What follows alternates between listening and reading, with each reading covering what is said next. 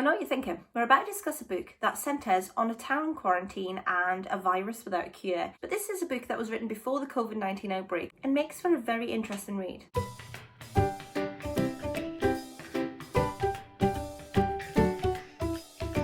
Hi everyone, we're here today to talk about this book. This is Poleaxed by Tyrer, and this says a town in quarantine, a virus with no cure, Poleaxed.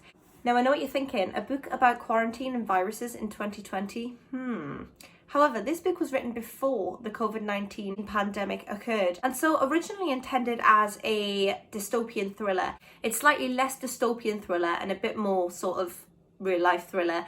And so if talking about an epidemic for you will be a bit of a trigger, I suggest that you switch off now. But for everybody else who thinks this might be an interesting read, then keep watching. So this book follows an English town in the 1960s where all of a sudden this mysterious illness starts to appear. It appears rapidly and it spreads very, very quickly, and nobody knows quite what it is.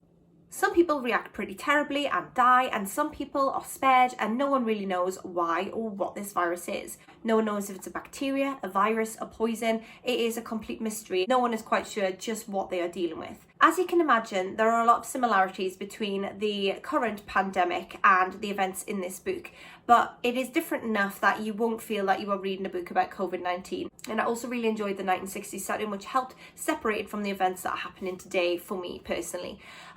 This book really hits on a lot of points that I think a lot of us have talked about amongst ourselves with the events that are going on at the moment. There is obviously a lot of uncertainty. There are a lot of mistakes made while nobody quite knows what's happening and people are trying to do what they think is best. There are a lot of egos that get in the way of listening to survivor stories, and everybody is just up in the air, not really knowing quite how to handle what is very quickly proven to be a huge problem. I liked how this book didn't attribute mistakes to one particular sect of people. There seems to be mistakes made across the board, which is something that I like because it does mirror exactly what is going on right now for us.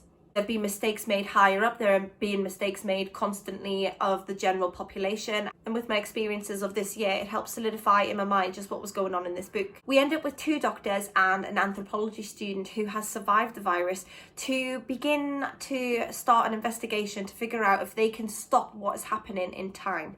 And the results were something that I didn't see coming. At one point it starts to come to light that the people that seem to suffer the most from this unknown ailment are people who are extremely anxious. Exploration of this idea was something that I found intriguing and very compulsive. And this book helps focus on the areas of mental health care that we really need to improve upon, and how not everything can be solved by just putting top egos all in the room together and letting them battle out their ideas. This was a very interesting read. I enjoyed it particularly because of what we are going through at the moment.